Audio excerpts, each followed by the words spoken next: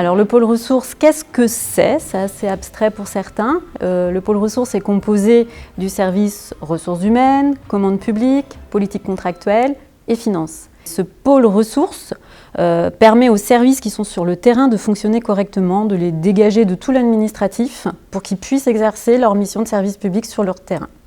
Alors pour vous illustrer les missions de mon pôle, je vais vous donner l'exemple de la médiathèque qui a été construite sur Durtal. Pour construire une médiathèque, il faut faire appel au service de la commande publique, parce que c'est toute une procédure. C'est un marché public. Il faut à peu près, pour ce genre de marché, 19 jours. Un gestionnaire doit travailler 19 jours pour ce genre de marché. On ne s'en rend pas compte, mais c'est très très formalisé. Ensuite, pour équiper cette médiathèque, il faut des professionnels, donc on recrute. Donc c'est au service ressources humaines de se charger du recrutement.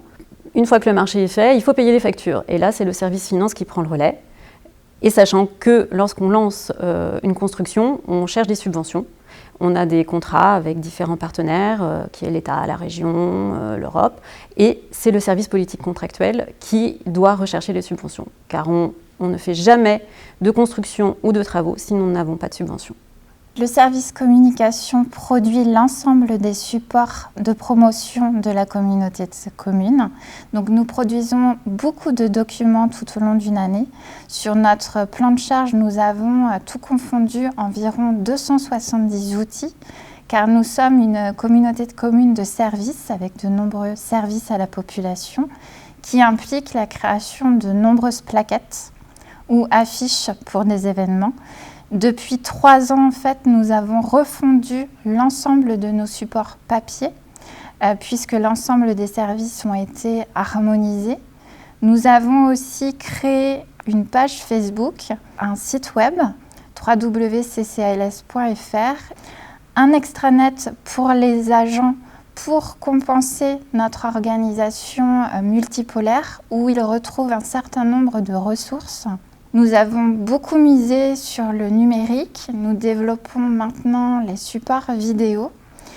Et nos prochains chantiers, les enjeux pour 2021, ce sera vraiment de refaire l'ensemble de la signalétique de nos services communautaires, car nous avons plus de 50 bâtiments avec des services, et puis d'améliorer nos relations, les rendre plus efficientes avec les communes pour qu'on ait une meilleure communication communauté de communes.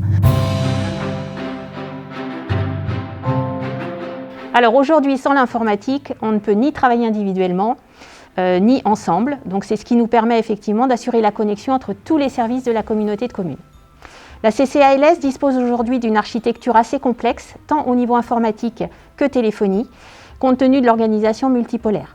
Avec 123 utilisateurs de matériel informatique et téléphonique, ce sont 332 interventions en moyenne par an qui sont réalisées pour accompagner les services et répondre à leurs besoins. 60 postes informatiques ont été remplacés par du matériel plus adapté.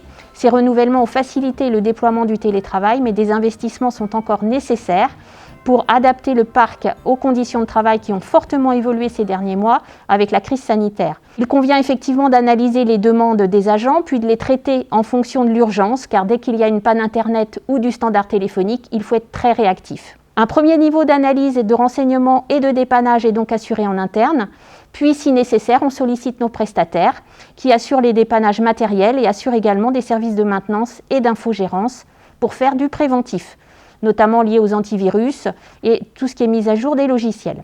Le pôle ressources est au cœur de la communauté de communes. Il permet de faire le lien entre les services.